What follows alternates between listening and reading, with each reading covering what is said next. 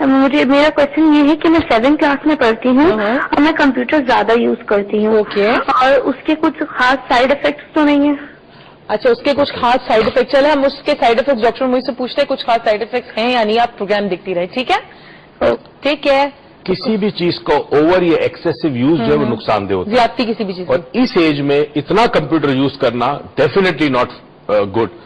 ایک تو آپ ڈیپینڈنٹ ہو جاتے ہیں کمپیوٹر پہ. دیکھیں ایک زمانہ تھا جب لوگوں کو سمز یاد کرنا اور پہاڑے جس کو کہتے تھے ٹائم ٹیبلز یاد کرنا بڑا آسان تھا, نمبرز کے ٹیبلز.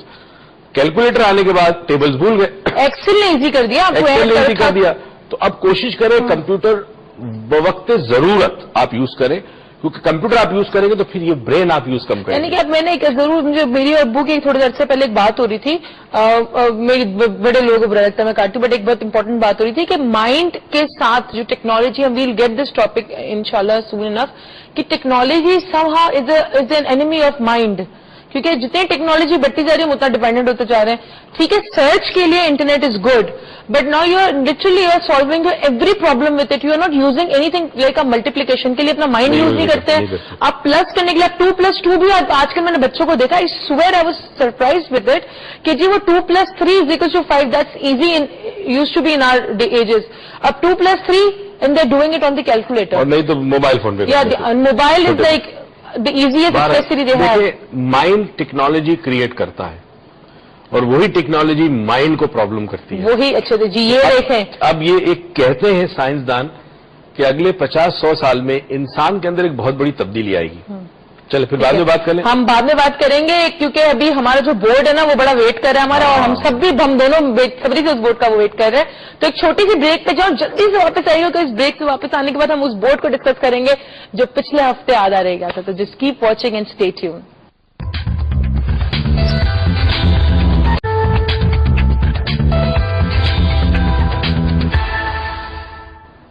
ویلکم بیک, اور آپ کا انتظار اوور ہو گیا. مجھے پتا ہے آپ لوگ تھرسڈے سے ویٹ کر رہے ہیں اس بورڈ کے کمپلیٹ ہونے کا.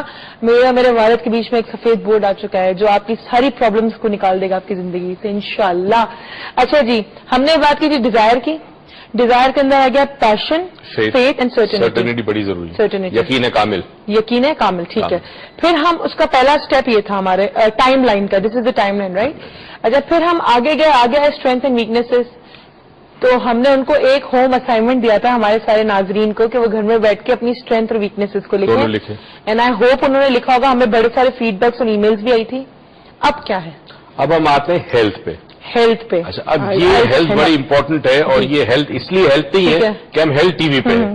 یہ health is a part of the whole system. یہ سسٹم ہے, اس میں health is an important part ہے, خیال رکھنا تم. ٹھیک ہے, تو ہیلتھ میں کیا, ہیلتھ میں ہم آ جاتے ہیں فزیکل ہیلتھ بڑی امپورٹنٹ ہے. لیٹ سے اگر آپ کو بخار ہو, میں بخار کے ساتھ ایک دوسری بات کرتا ہوں. کبھی آپ نے نوٹس کیا کہ اگر آپ کی ناک بند ہو اور آپ منہ سے سانس لے رہے ہو, آپ کو غصہ آتا ہے, آپ کو کنسنٹریشن نہیں ہوگا کچھ بھی, رائٹ, ایجیٹیشن ہوگا, آپ کو چڑچڑاہٹ ہوتی ہے. اسی طرح کانسٹیپیشن, اگر قبض ہوتا ہے, چڑچڑاہٹ بہت ہوتی ہے, دل نہیں چاہتا کسی چیز میں. تو فزیکل ہیلتھ بڑی امپورٹنٹ ہے. تو ریگولر جو بھی ہے, جو ایکسرسائز, واکنگ, چھوٹے بچوں کو تو چلو اچھلتے کودتے رہتے, they get lot of exercise.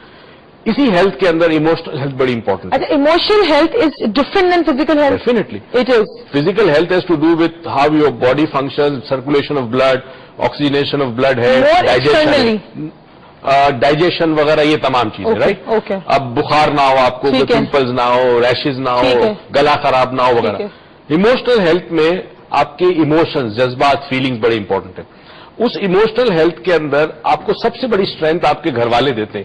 دیکھیں, جب ماں بیٹھی ہو, بچہ ایگزام کی تیاری کرتا ہے, تو اگر ان پڑھ ماں بھی ہے, ٹھیک ہے, کوئی فرق نہیں پڑتا, مگر اس ماں کا وجود جو وہاں پر ہے وہ بچے کے لیے بہت ایموشنل اسٹرینتھ ہوتا ہے, right. Very true. Secondly, emotional strength کے لیے بہت ضروری ہے, اور بعض بچے کرتے بھی ہیں کہ جی آپ اللہ کے ساتھ اگر آپ بڑے ہیں اور نماز وغیرہ پڑھتے ہیں تو وہ آپ کی ایموشنل ہیلتھ کو بڑی تقویت ملتی ہے اگر آپ کا تعلق رہے اس حوالے سے. تو مطلب جو بھی عبادتیں وغیرہ اس کو اگر آپ ریگولر کریں تو ایموشنل ہیلتھ. سیکنڈلی, گیونگ کی ایک عادت ڈالیں. ایک چیز میں پوچھوں, سوری میں آپ کو کاٹ رہا ہوں اس کے اندر, کہ یہ تو ہم بیسکلی ایک فزیکل گول ہے ہمارا جو ہم اس دنیا کے لیے حاصل کر رہے ہیں, اس کے اندر بھی آپ یعنی important. I am so surprise کہ آپ نے اس کے اندر کس طرح ریلیجن کو ڈالا. Connection is very important. Allah is not out there after we die. Allah is here with us, right? Just right there. It's part of our lives, right? It's beautiful. I'm seriously amazed. مجھے نہیں پتا تھا you are doing this, but I'm amazed. Emotional health اس لیے important ہے کہ آج دیکھیں مغرب کے اندر ان کے پاس سب کچھ ہے مگر ویکیوم ہے, خالی ہے. خلا اس لیے ہے کہ کنیکشن نہیں ہے اللہ کے ساتھ, وہ کانسیپٹ نہیں ہے. پھر ہم آتے ہیں mental health. Now mental health کیا امپورٹنٹ ہے؟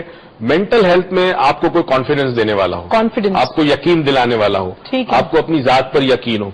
پھر میں چاہوں گا کہ اسٹوڈنٹس خاص کر کوشش کریں کہ وہ اپنی ہابیز کے اندر, جو کہ آج کل ہابیز تو ختم ہو گئی, وہ کوشش کریں ایسی گیمز کے جس سے مائنڈ یوز ہو, برین یوز ہو بہت زیادہ.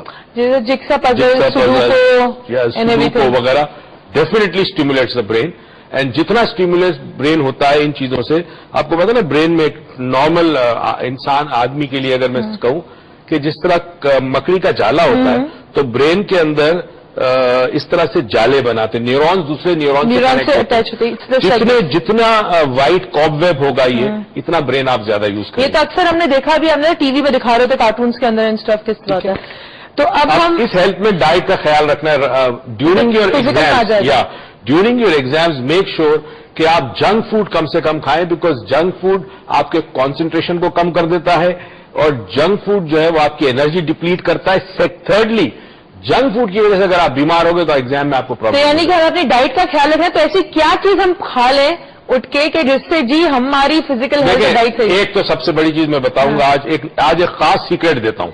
چل دے کے بتائیں. بچے ہو, اسٹوڈنٹ ہو, ایگزیکٹوز ہو, چیف ایگزیکٹو ہو, پریسیڈنٹ ہو کسی ملک کا, اگر وہ زندگی میں چاہتا ہے کہ زندگی سکون کے ساتھ گزرے اور کامیابی کے ساتھ گزرے, روز صبح اٹھ کے سب سے پہلے سب سے بڑا مینڈک کھا لے. وہ ہے مینڈک, مینڈک کہاں کھائے گا, مینڈک کھا لے. چلو جی آج سب سمندر کے پاس پہنچے, مینڈک کے ڈھونڈنے اپنے. واٹ آئی مین بائی فراگ از, یہ کانسیپٹ ہے کہ سب سے پہلے صبح وہ کام کرو جو سب سے زیادہ مشکل ہو.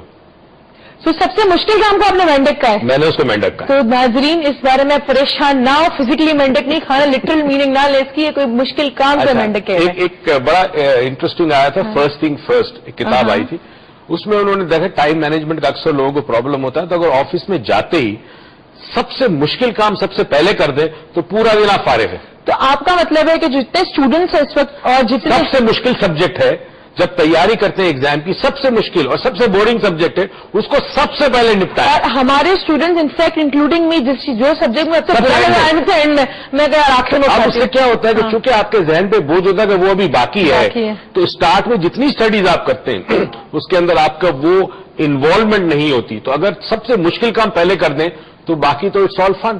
اس کے لیے تالیاں ہو جاتا ہے. ڈاکٹر مویز کے لیے کیا بات, کیا ٹیکنیک بتا دی آپ نے. Eat a frog, so from today we all start eating a frog. اس میں ہماری پریپریشن رائٹ. Now preparation میں again a lot of things are important. For example بجلی, اگر آپ کو پتا ہے کہ اتنے بجے سے اتنے بجے بجلی جاتی ہے تو آپ اپنے اسٹڈی ٹائم کو پلاننگ, پریپریشن میں پلاننگ آتی ہے بہت ساری چیزیں. Planning is first necessary. ٹھیک ہے. Now where you sit, جہاں بیٹھ کے اسٹڈی کرتے ہو, I would very highly recommend کہ اگر آپ اسٹڈی کے دوران, اور یہ میں بڑی زبردست ٹپ دے رہا ہوں, اسٹڈی کے دوران جتنی نیچرل لائٹ, سن لائٹ اگر آپ کے کمرے میں آتی ہے اور اوپن ونڈو ہو اور کراس وینٹیلیشن ہو, it is much better than A C. تو اب اس میں نیچرل لائٹ اور وینٹیلیشن کی جو بات ہو رہی ہے, اس میں دو پوائنٹ ڈاکٹر مویز نے کلیئر کیے. ایک تو آپ کے پاس پیور وینٹیلیشن ہونی چاہیے, اچھی پیور ایئر آنی چاہیے.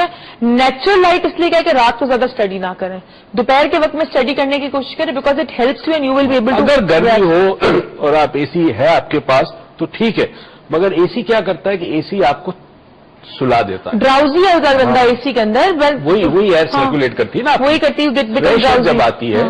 اور اگر کراس وینٹیلیشن ہے اور plus sunlight is extremely important. Directly نہ آئے مگر لائٹ اور روشنی بڑی امپورٹنٹ. یہ بھی ہیلتھ میں بھی زیادہ, ہیلتھ میں بھی آ جاتا ہے, بٹ نیچرل.